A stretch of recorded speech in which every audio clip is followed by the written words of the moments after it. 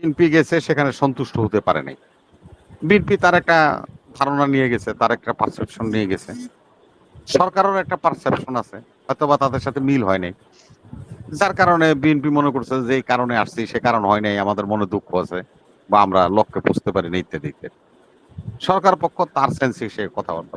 আপনাদেরকে একটা কথা খেয়াল রাখতে হবে হাসিনুর ভাই, আফসার ভাই, আমাদের বাংলাদেশে এখন ডেলিগেট আছে। আমেরিকার দুজন উপসহকারী পররাষ্ট্রমন্ত্রী, বিএনপি ওয়ালাদেরও বোঝা উচিত ছিল যে মার্কিন উপসহকারী পররাষ্ট্রমন্ত্রীরা যখন আইতেছে, এখন আমরা প্রধান উপদেষ্টার লোকে কথা কয়ে লাভ কি? ওনারা কি কইয়া যায় আমাকে লোকও কইব।